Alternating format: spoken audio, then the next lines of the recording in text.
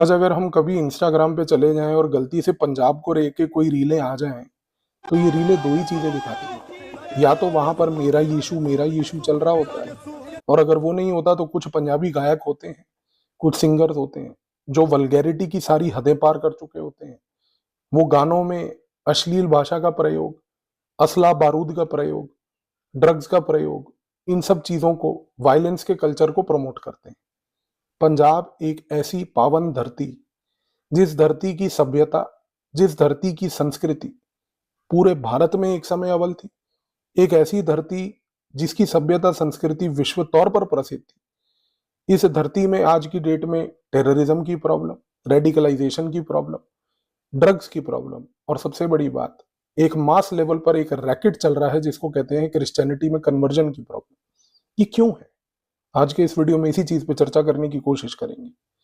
पंजाब भूलिएगा मत, वो धरती है जहां पर कन्वर्जन कोई आज पहली बार नहीं हो रहा। इतिहास के पन्ने खोल के देखो, पंजाब में कन्वर्जन हमेशा रहा है। गुरु तेग बहादुर जी, जो सिखों के 9वें गुरु थे, गुरु तेग बहादुर जी को हिंद की चादर बोला गया क्योंकि गुरु तेग बहादुर जी ने अपनी शहादत दी, क्योंकि वो कश्मीरी पंडित हिंदू भाइयों को बचाना चाहते थे ताकि उनको फोर्सेबली इस्लाम में कन्वर्ट ना किया जाए।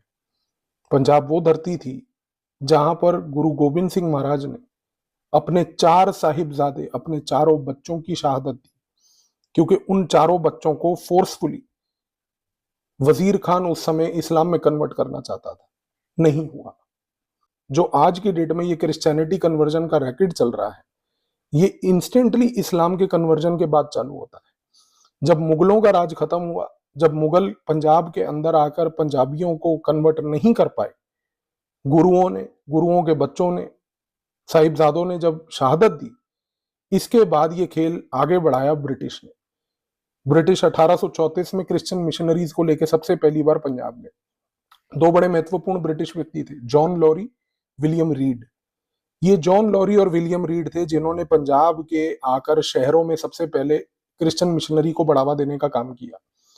1840 का दशक, 1850 का दशक, 2 दशक तक विलियम रीड और जॉन लॉरी अलग अलग शहरों में घूमकर पंजाब के लोगों को कन्वर्ट करते रहे, क्रिश्चियनिटी में बदलते रहे।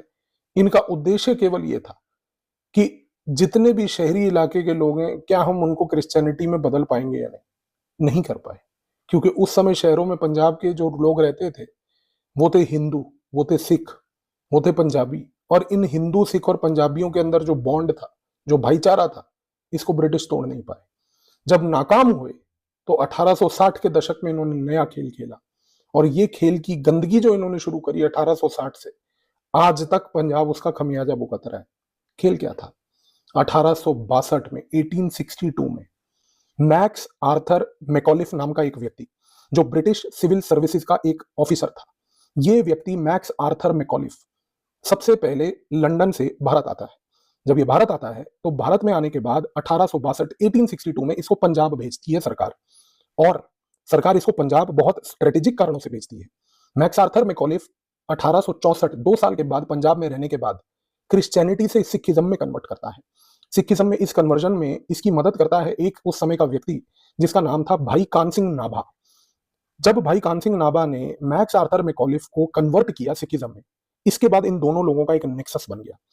मैक्स आर्थर मैकॉलिफ, कान सिंह नाभा, ये दोनों लोगों ने उसके बाद इतिहास और किताबें लिखनी चालू करी। मैक्स आर्थर मैकॉलिफ ने 6 वॉल्यूम लिखे सिखों के इतिहास के ऊपर।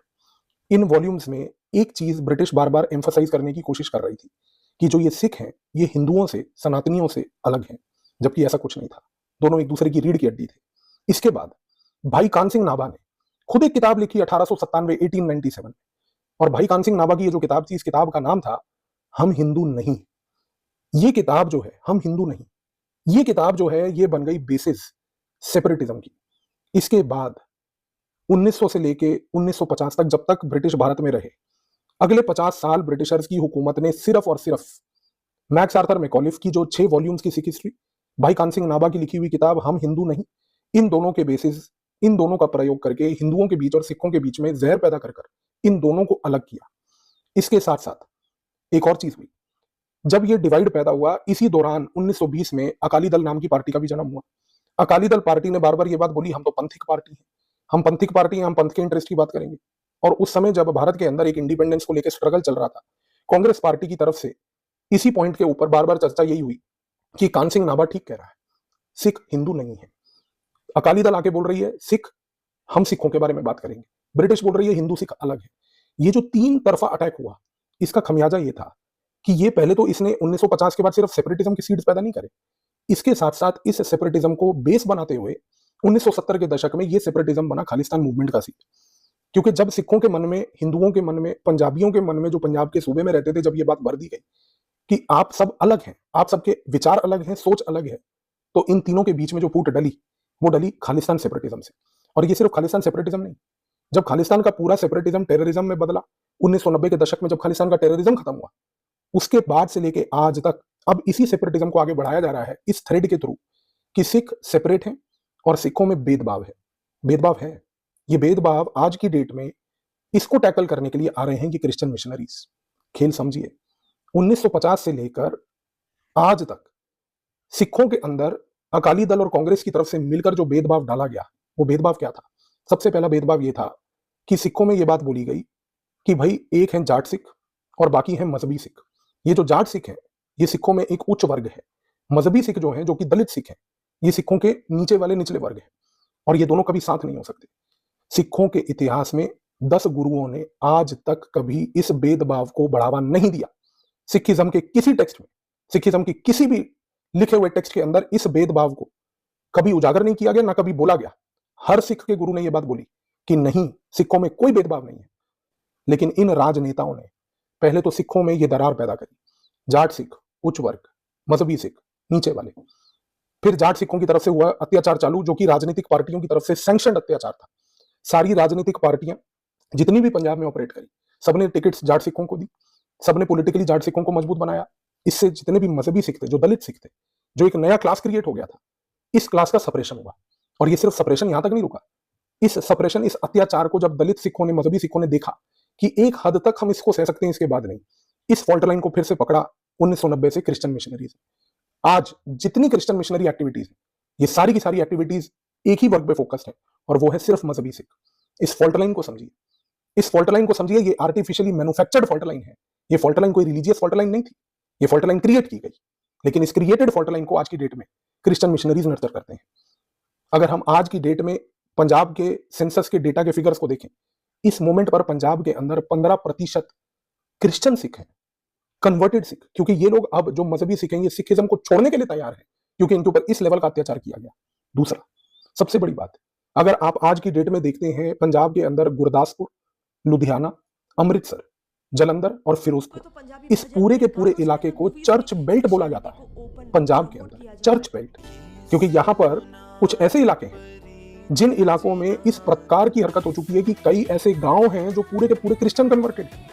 और इसी खेल को आगे बढ़ाने के लिए यहां पर कुछ क्रिश्चियन आज की डेट में अपने आप को धार्मिक गुरु बना के बैठे हैं। इसमें चाहे राजू रंगीला हो, चाहे बजिंदर सिंह हो, अंकुर नरूला हो, ये सारे के सारे लोग क्या करते हैं जी? नोटंकीबाजी। ये बनाएंगे वीडियो और दिखाएंगे कि किस प्रकार से, देखिए आप किसी गुरु के पास गए, उसने आपके सिर पे हाथ रखा, आप ऐसे पागल हो गए, कुछ आपके अंदर दौरा आ गया, आपकी बीमारी गायब हो गई। पूरा मजाक बन रखा है इस पावन धरती पे, जिसकी सभ्यता, इस पावन धरती पे जिसपे गुरु तेग बहादुर जी से लेकर गुरु गोविंद सिंह जी जैसे लोगों ने सैक्रिफाइस किया।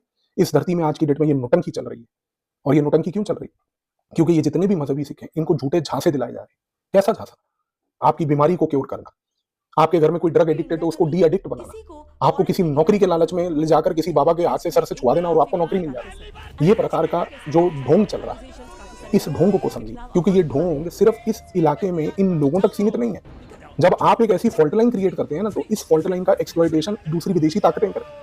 अमेरिका और कनाडा और ब्रिटेन क्या कर रहे हैं?